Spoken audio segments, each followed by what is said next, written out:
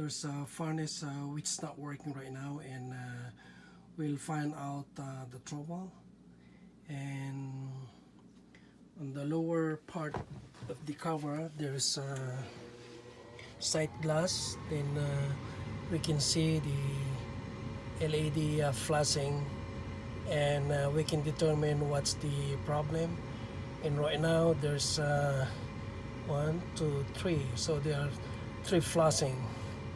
And now we can check on the troubleshooting guide for the cover of the furnace.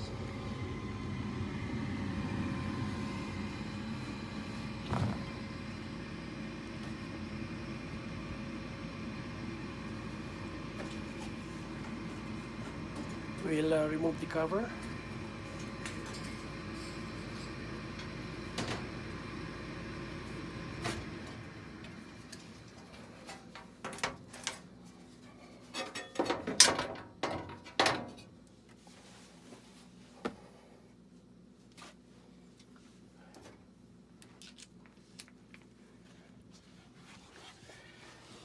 And right here on the diagnostic codes, there are 3 flashes, and it says pressure switch error.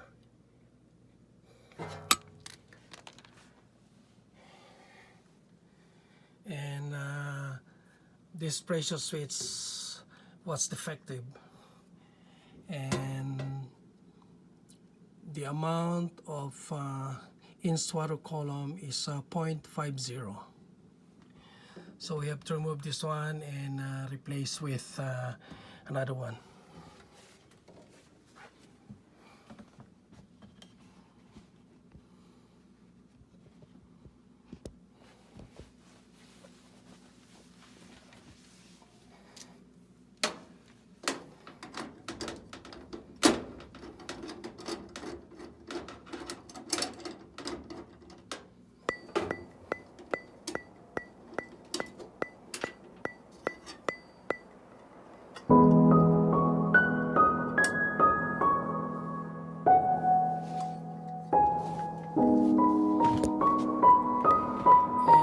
This is the old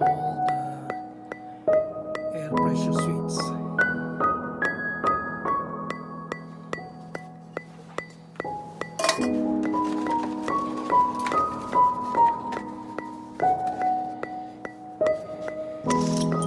And I went to the heating supply, and this is the replacement that they gave to me. This is field adjustable kit.